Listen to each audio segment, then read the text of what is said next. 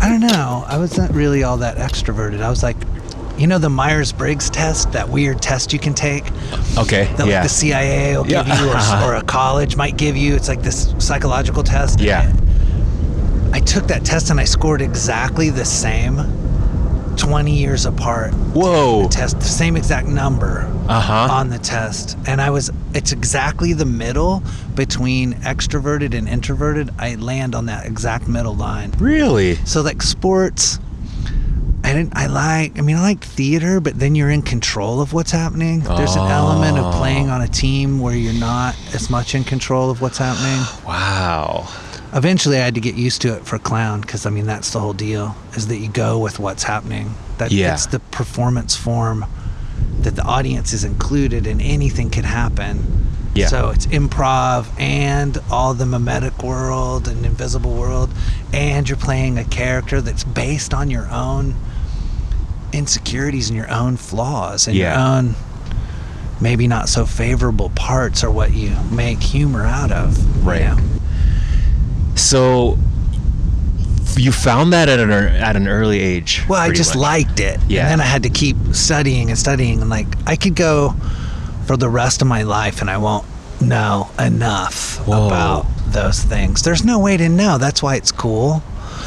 And they're sacred is the other thing. Like I'm really into like how in different cultures clowns are sacred, and they have a mission. Like they're trying to play with you and draw you out into a world where you're more integrated. And I want that for myself, right? Yeah. So I want to play with other people in that way. Wow. To be more drawn out into the world and more present. You have to be ultra super present when you perform a show like that compared to like a regular play. Like I could phone in a performance in a play, but you can't ever do that in a clown show. And you shouldn't really do that in a play, but I mean, people do. But you can't do that in a clown show. You can't escape. You're live with them in a way that there's no backing out, you know? Yeah. You're in a dance with the audience. You have to be present. Yeah, totally. And you're also breaking down your own personal barriers, which is what I like and what I would love to focus on. But before you did that, before you even stepped on a stage you are making money during these performances, right? When I was touring, I lived. That's how I survived. All my friends got out of college and they were like, I can't find a job. And I'm like, man, I wish I didn't have so many. I have 3 shows a day every day and I live on the road. I'm like, I'm coming through your town. Yeah. And that people were always like, how do you survive like that? Like, how is that a real thing that anybody could do? And it just is a job. You know, and then for years I supported myself just as a clown teacher, and I started Clown Lab here in San Francisco and trained people in mime and clown. And you know, you can make a pretty good living like that. You're just always hustling to fill up your classes and like any of those theater companies. I mean, based on my experience, before you make a decision like that to commit, especially financially, if you're going to be dependent on it for food, shelter, and all the basic needs, there has to be some kind of like breaking point, right? Was there? Like, I'm gonna do this. I think I was scared when I was in my 20s. It's awful being in your 20s, I think, because there's this big buildup that you're gonna get out of school, and then everything's gonna happen. You're gonna have this life, and then when it happens, you're like, oh my God, I have to super hustle. Like, I'm part of a capitalist world that's moving. It's moving. You got to move with that. And then I was like, but I want to be a performer. And nobody or everyone around you is like, that's a ridiculous. You're going to die, dude. You'll never live. Right. And this guy I met, who is a mentor of mine, he's a clown and physical theater guy, and just one of the most knowledgeable guys about this stuff. His name is Steven Chips. We made some shows together and toured together a lot. He was like a mentor of mine, and he just said to me one time, I was like, how am I going to survive? And what if I don't do this? And blah, blah, blah. And I was like really worried. And he said, you know, God feeds the sparrows. So how are you any different than that? Wow. He's like, you're part of a system that's already happening. Okay. How would you not survive? If you just did it, if you actually did it, do you think it's valuable? And I was like, yeah. And he's like, do you think other people would find it valuable? And I was like, yeah. He's like, then just focus on that. Wow, that's amazing. And you can kind of squeak by. I mean, I even raised a family, you know, teaching clown and stuff, and you know, and now I'm teaching at a school where I get to teach clown and all the kind of movement things all at once. But that's a more like legit gig, I guess you could say. Was there a specific moment that reinforced your, like, this is what I want to do, and I don't want to experience what's on the other side if I don't do it? Well, I would just regret it, and then I would try to quit all the time. I'd be like, wow, I'm not doing any more performance stuff. For a while I was like, I'm just gonna be a fireman. And then I was thinking about that. I was gonna drop out of college halfway through, not do theater anymore, just be a fireman. And then I thought about what my life would look like later on, how sad I would be that I didn't do the thing that I really liked, that I really wanted to do. I think what you said was pretty valuable in how performance brings out, you're kind of doing this dance between what's uncomfortable, what's comfortable, and through that you're developing something in yourself that you hope gets better along the way. And you said it's infinite. You're never going to find the end. You can't. You're always figuring out, or at least for me, I'm always figuring out. I can only speak for myself, but I'm always figuring out, like, what am I doing? What's my relationship to the universe? You know, and that's how you find it. For me, you can find it through clown. And like, I was really into the Hopi and the Indians, Hopi Indians. Yeah, the Hopi tribe, and they have the Koshari, and I really like the clowns and their culture.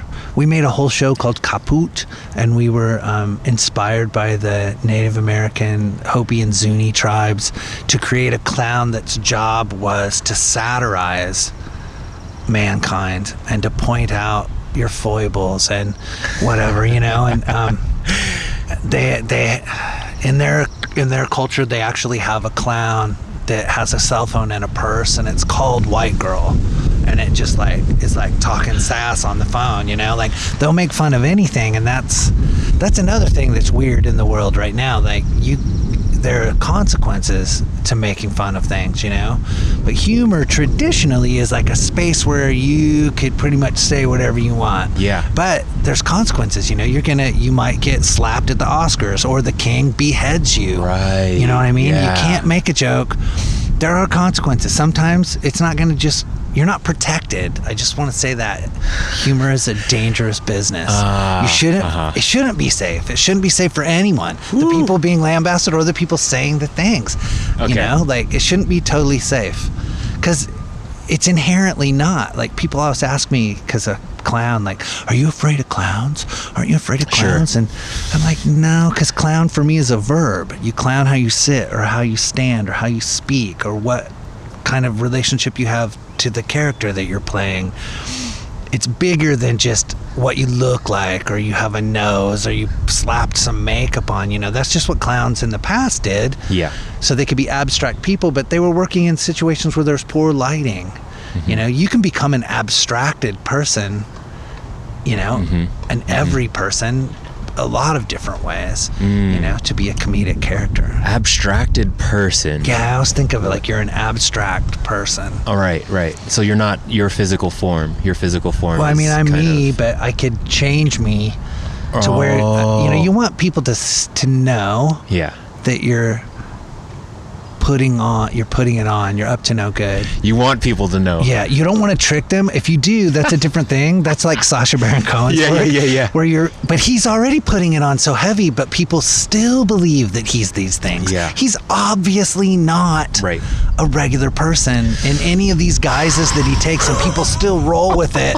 Like, how far do you have to go before they realize that it's a ruse? Yeah. It should be easy, but it just isn't. I have a friend who I hung out with recently, and she listens to this podcast, but she told me, and I freaked out after she told me this, was that sometimes she, for kicks, will dress up as another person, knowing where her friends will be, her group of friends, like let's say it's at a bar for a birthday party, she'll put on a whole get up, spend lots of time with it, embody this persona, and she'll show up to this bar. Oh, yeah, she'll show up and she's spy on her friends. Not spy, but she'll like just stumble on them as like a drunk, or just flirt with one of the girls as a man. You know, she'll dress up as a man and troll your friends dressed in costume. Yeah, and she won't tell cosplay them. Troll your friends. Yes, and she won't tell them until after. And and these are friends that she's grown up with or has known for a very long time. I want to meet your friend. That sounds like a really interesting person. I'll set that up. Right? Set that up. We'll meet in disguise. Yeah, both of us will come disguised and not know. But I've been thinking about that lately, and I'm just thinking of what kind of changes that have to go on internally, externally, for people to completely forget who you are. Like, I know you as a certain person, right? I've known you as a certain person, but you show up and you're not Dan anymore. You're not. Yeah, you're completely. You know, the weird thing about that from an actor's perspective is, like, when I was a really young actor, I used to think, oh my God, how am I going to become another person that's not me? But you don't. You're you, as if you were them. So you're making choices as if you were them. Yeah. But you're you, drawing on everything about you and everything that you know. Mm-hmm. So you're still you, very strongly you. You're you as if you were. Yeah. And it's hard for people. They think about acting as like this total transformation, that you're a different person, and it's a barrier, it's a block. You know, to be you as if you were this other person, for me, is more freeing, because then I can make all kinds of different choices. Interesting. And I have to remember that it's a play. You know, it is literally play. Yeah. I have to play as if I'm this thing. Mm-hmm. Mm-hmm. As you know. Yeah. And it has to be play, because the spirit of play, where it's fun, like when you're really playing and you really play a game, you're fully in it. Mm-hmm. And if you're in it that hard when you're pretending to be someone else, it's very easy. I mean, we were just saying how easy it is for Sacha Baron Cohen to fool people into thinking he's a completely different person when he's obviously a person in disguise. Yeah. And you were saying earlier too, you're introverted and extroverted. You're kind of dancing in between both. Yeah, I am. Okay. I'm not all the way extroverted. I meet people that are extroverted, really extroverted, right. And I'm like, wow, that's impressive. Okay. That's impressive. I would have never guessed that. I couldn't about you do that all that way like that. No, it's awkward. I like social gatherings where I have a reason to be there. I have a job to do. Okay. Like if I just go, sometimes I go to like festivals when it's like, I went once to a festival of families, and it's like all these families and all their kids are just running around as a mob of kids, and then there's all the parents and they're like all talking, and I was wandering around for a while, and then I went up, and there was a way that you could sign up to do a shift in the kitchen. And I did that. Mm-hmm. And I was hanging out with the people in the kitchen, and because we're working, doing something, right?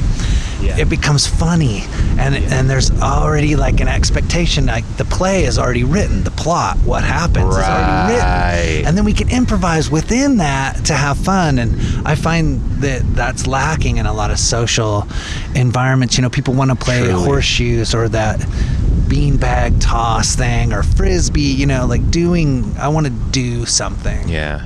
Or sometimes people just eat and munch on things the whole time that they're in the gathering. Yeah. Gosh, I would nervously eat like an entire buffet if I had to be at an event like that. It would be dangerous. I'd be like, I have to go to the hospital. Whoa. Yeah. So no, I realized as an adult, once I became older, that I have a degree of social anxiety. Now you're listening to the 1-2 beat. So you over there, what? Better move your feet. Baby girl, put your hands together and start to clap. Here, sitting right here. They got the beat, I got the rap. Is there a baseline of people that are attracted to? We're gonna focus on, I guess, clown or theater performances, theater. A lot of theater people are really extroverted.